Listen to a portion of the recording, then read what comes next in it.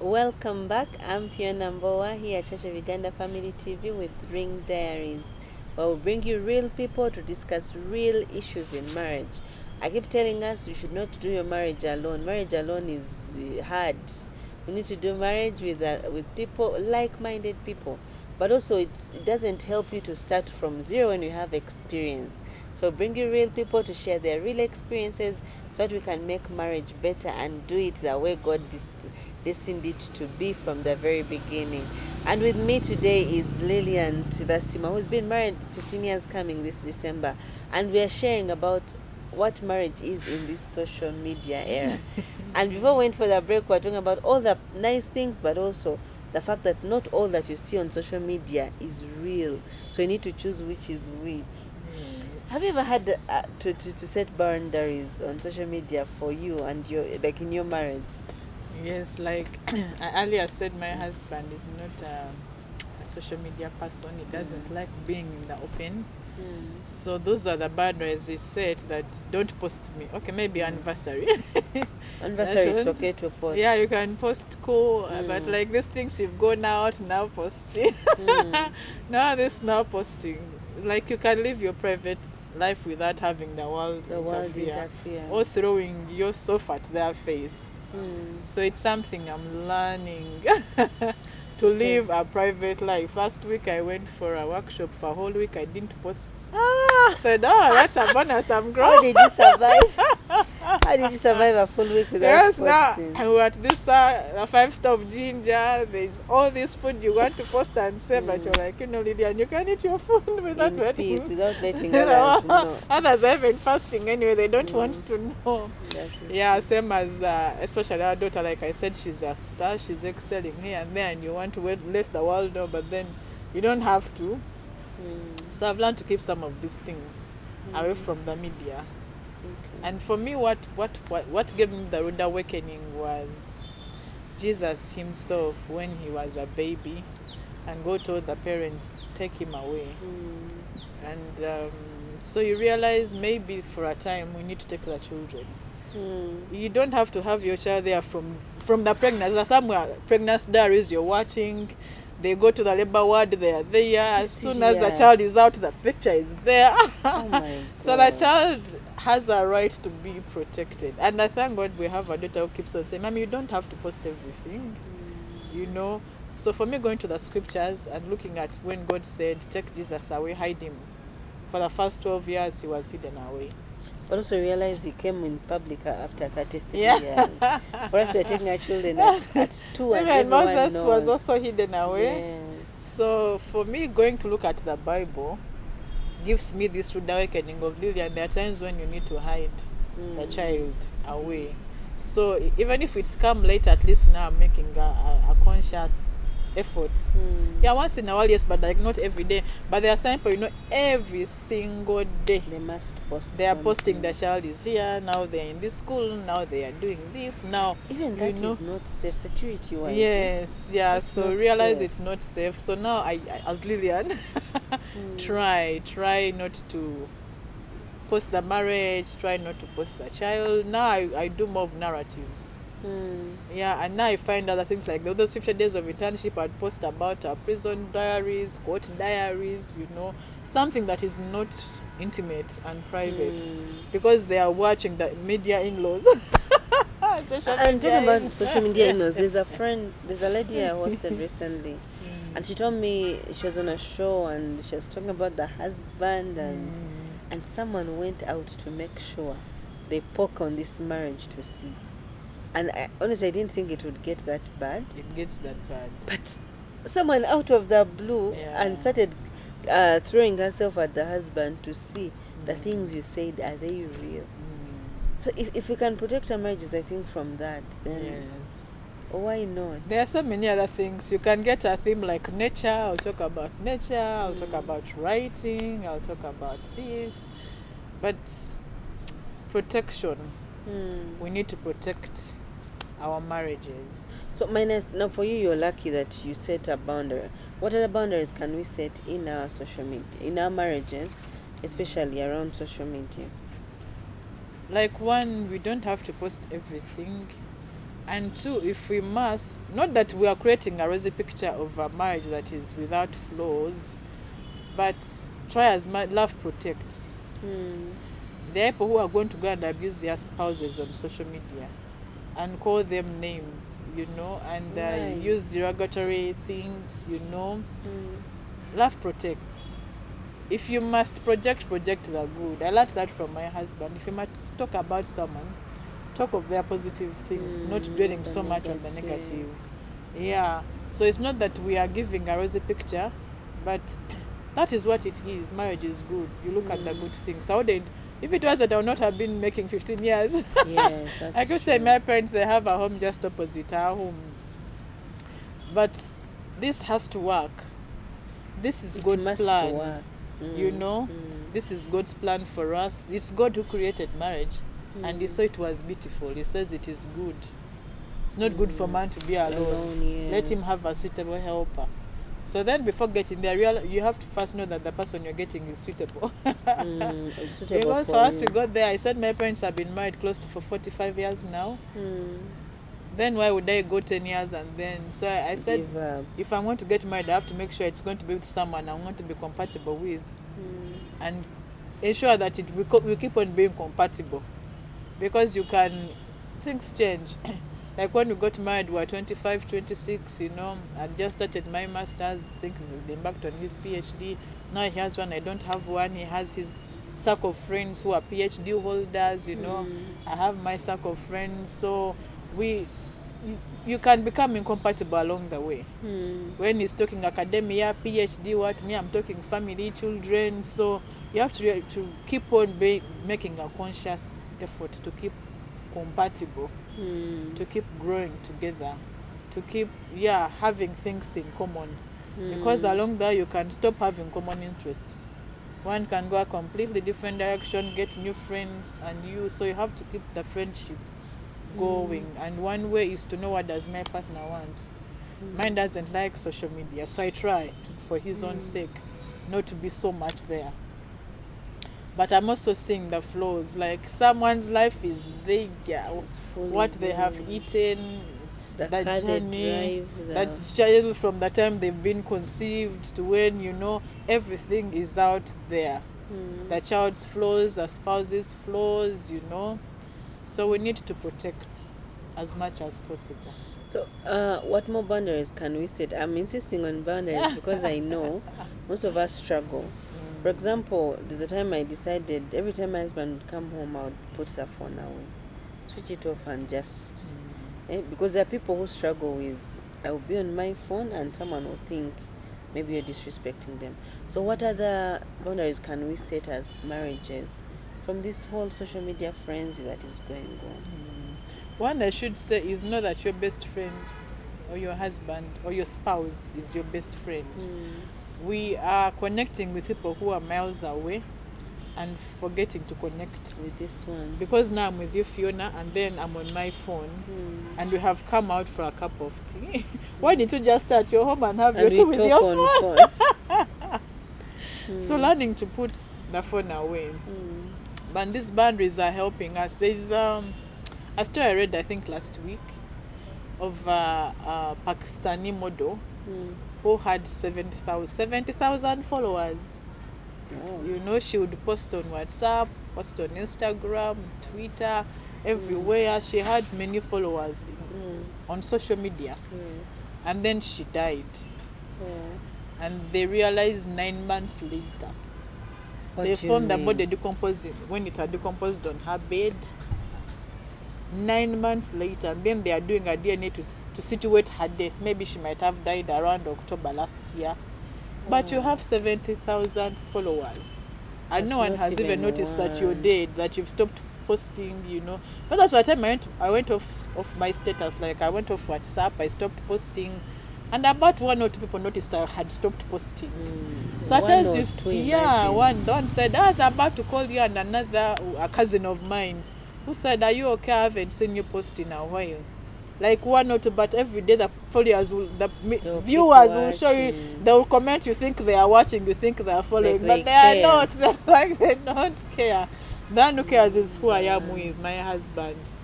He's the one who's going to know, have you eaten food? Are you okay? How can I make your life more comfortable? He's the one who is with me physically. The status viewer will flip through my status to another status. To the next one. Go to the next one. If I don't post, they won't even notice that I haven't posted. You know, they won't come to inbox and say, but that is actually if I don't eat, my husband will know. If I'm not okay, he will know, because we sleep in the same bed. We sleep in the same bed. So he's the one that I have. So you should give them more priority. Yeah, more priority than the distant people, because you think they care, but they don't.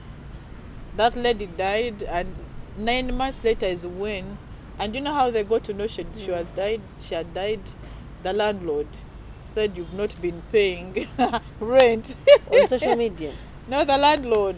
Oh. His landlord said the rent had stopped coming. That's when they go and they realized she had died and decomposed in her house. Wow. But no one in social media. But 70,000 followers, you know, who are liking, you know. So I'd rather have one people who genuinely care. Call me and say, and you're silent today. I noticed your demeanor, maybe at church you didn't look fine. Are you okay? That 1-2 people, they mean more than the 1,000 status viewers who, after 1 week of not posting, they won't even notice that I've stopped posting. I've gone silent. You know. So that one bird at hand is worth two in the bush. I think we can adopt that and say, one husband, one spouse at hand, whom we can talk to, is better than many followers. Wow, that's actually a big thing, because we keep thinking we are trying to make them happy, but they don't care. They don't care. That's very sad. It is, because I can't imagine 70,000 followers, and not even one of them actually can reach out to you and ask if you're okay. Do you think social media has helped change the way we communicate in marriages? Like for the better or either way. Communicate, like I said, because it's a blessing. I have that group of praying ladies. We call ourselves praying sisters. We fast and pray the first 3 days of each month, dedicate the new month before the Lord.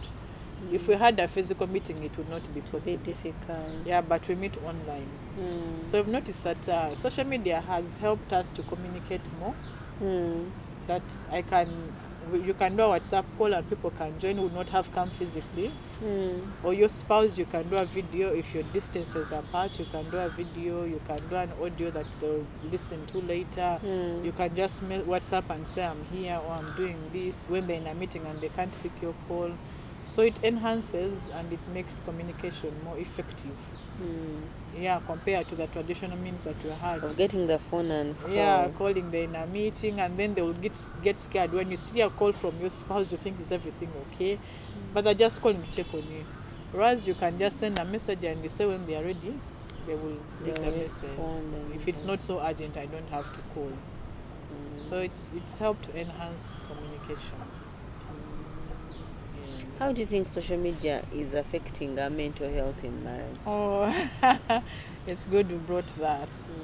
It's putting a lot of pressure. I'm going to come to Fiona's status. Her husband has built her a new house. Let's even name the house. Okay, flowers. Yeah, that is too big. Flowers, and mine doesn't do flowers. And it's Valentine's Day. Yeah. I know someone. Oh my God, Valentine's Day. Who sent her so flowers? I know someone that had sent us so flowers. The pressure. Just to handle. Just to let the world know I'm loved, you know. So there's that pressure. I see your husband has brought you flowers. Mine hasn't. Then I start to equate. Does he love me? Does he care about me? You know, he has taken. There's a couple I used to watch on status. But I think she also stopped posting. I think she was told to stop. Because she has this loving husband who would do those romantic dinners, open the door for her. Something I loved following, because it was like a movie. Like not many Ugandan men would do that. Yes. Yeah, so when you see that they're opening the car door for her, they are taking her for a romantic dinner, they brought serenaders, maybe someone with a saxophone and flowers. You're like, never, you guys, do you even care? You want to throw them away. But you never realize the books we read as we were growing up, the MBs. Muse and Moons, they gave us a picture that is not real. Yes. Whereas we read those books, our husbands didn't. Exactly. Actually, I realized we were at a disservice. Because first we had the perfect picture of our marriage. Yeah. And they have no idea. The husbands have, because I didn't read the MBs we read. I think we should give them. Anyway. So we're expecting romantic dinners, candlelit dinners. Wow, they don't know those things. They don't know. All they know is a hustle. Have I paid school fees for the children? Now I've learned love in the practical way. Has he paid school fees for the child? Yes. Mine will make an effort every month, at least so you can be ahead of time. So for me, that is love. But also realize we have different love languages. Yeah. So for you may get flowers, me I don't want them. Yeah. So why should I compare with you? So now I look at the practical aspect. Paid bills, yes. Paid electricity, water, given me kameza money. those are not things people post. That's love in action. Yes. You know. So now I've gotten real. What is real love? 1 Corinthians 13. Yes. What does the Bible say about love? Because even these Hollywood people who are giving us the pictures, they are not married. They're not married. You know, these telemundos we watch, the soaps we watch, it's just acted. It's an acted thing. Someone has put it together. Yeah, that's why 20 people behind that perfect we need to get picture. real. We need to get real. What is real love? What does the Bible say? Christ, husbands, love your wife as Christ loves the church. And wives submit. Wives submit. But you don't post submit. Wives submit. So has he loved me as Christ loved the church? Yes, he has been. Love is patient. Love is kind. So me and I go to the Bible. He's following the Bible. How can I say he doesn't love me when he's loving me as Christ loved, as his own body? You know, to know my body when I'm sick, when I'm not in the mood, when I'm just rest, you know. That is love for me. To give me the me time of today, just rest. I don't want to bother you. You know, are you okay? I noticed you are not looking fine. Is everything okay? How can I help you to be a better mother? How can I help you? Give me the freedom to advance. Because me every day I wake up, my friends laugh like, oh, what course are you going to do after this one? Every day I'm coming up, even this August I want to enroll for another one. But giving you the liberty to go and study, to go and serve God as you want, to just flourish and blossom and have your own space without him interfering, you know. That is love. Yes. But we look at them and like picture. Flowers. I need flowers. Even when you don't want them, but you think that you need. Chocolate. Yeah, it brings a chocolate. But like love is practical. It is. So we need to stop comparing and know that what I have is what I have and be comfortable with it. Wow, interesting. So for some of the people out there who may be asking, what parts should we actually keep private?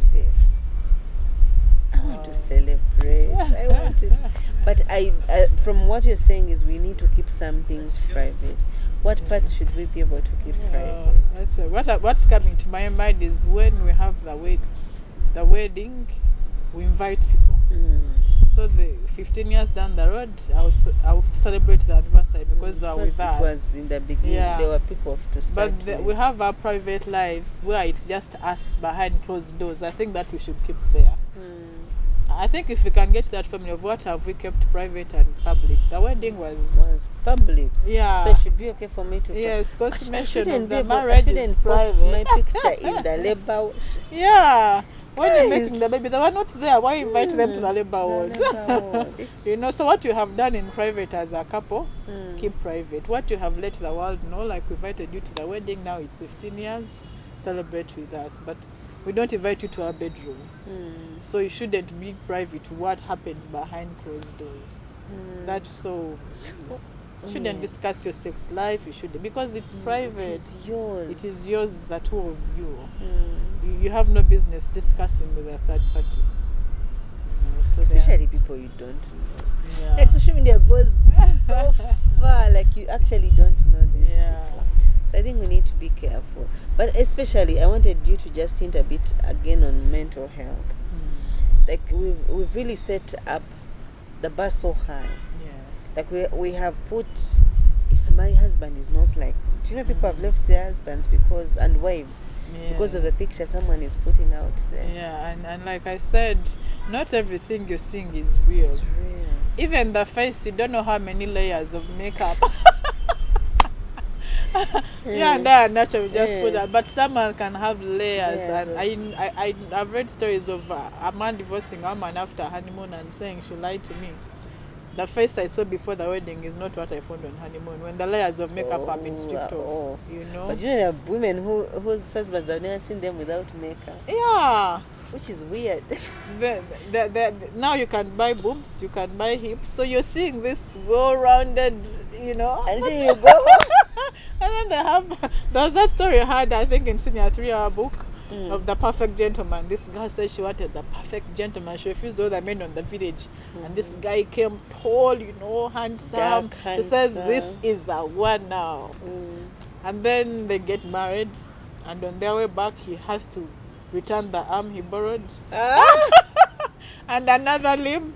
Even the legs had been borrowed. By the time they get home, she's thinking, what have I gotten myself to? All because of the image. Yeah, so what you're seeing is not real. Now we can buy everything and anything. It is scary. Yeah. I don't know what so husband, you shouldn't put your wife under pressure to get the cups or what. Some of these things have been bought from Chiku. So you're comparing, thinking so and so is like this. But also some people live fake lives. They will borrow a car and put my new ride, but the car is not theirs, you know. Why? They'll go to a rental house. Why are we house. fighting so Yeah, because hard? you want to show people that you're okay when you're not. That's where the whole mental health breakdown is coming from. Because the car you're seeing, you think has been bought by their monies.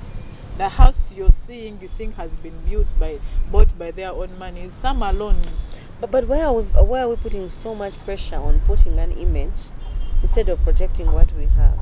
It's a whole fallacy of social media to make you believe that only you is not living the good life, that you're suffering alone, the rest of us are okay. So if I'm breaking down trying to lies, remember the Bible says that Satan is a father of lies, and social media is one avenue he has used to dupe the world, to lie to the world, you know. And because of that, we are not seeing the goodness of God. We keep comparing. So even your husband who is good, you don't see the goodness in him because he hasn't bought you this, he hasn't bought you. So you don't see he's actually a loving man. He's actually waking up early in the morning to prepare your children for school. Which the other person who is on social media is not doing. He's being faithful to you. He's trying. When he goes out there, so many men say, I'm going to be faithful to this one woman. He's working within his means so that he is provided for you. He has protected you. He would, if my husband had to talk about, I have so many bad things, but not one time has anyone ever heard my husband speaking ill about me. The picture it tells of them is I have the most beautiful. So I'm always looking forward. When I went for that workshop, it was his workmates. They're like, wow, your husband always talks good about you. And that is priceless. Yes, even when I make mistakes, you want to go and amplify them. You want to go and talk about them in the first place. But because of the lie the world has sold, or the enemy has sold, you don't see that. That is the whole agenda. The agenda is to frustrate the institution of marriage. You know, marriage was created by God. Satan wants to make everything God created look like it's a fake, like it's boring. It is not true. So his agenda is to destroy, steal, kill, and destroy. And one avenue is through social media. That you focus so much on what you don't have and you forget what you have. As we come to the end of this, what would you tell the couples out there about social media? The couple out there, or the couples out there who are watching us, is live your life. Forget what you have seen, because some of those things are not true. The agenda, Satan came to steal, kill, and destroy. And one institution he wants to destroy completely, wipe off the face of the earth, is the institution of marriage. But Christ came that we may have life and have life abundantly. So we have abundant life in our marriages. Wow. With Christ at the center of it all, we shall win. Wow. Thank you very much, Lilian, and thank you very much, our viewers, for for being with us up to the end. One thing you've heard, please live your lives. What you're seeing on social media is not right. It is not correct. People are putting up what you want to see, but in actual sense, what you have is good. So cherish what you have. Do not go out looking for something that is superficial. Thank you very much for watching. I'm Fiona Mbowa here at Church of Uganda Family TV with Ring Diaries.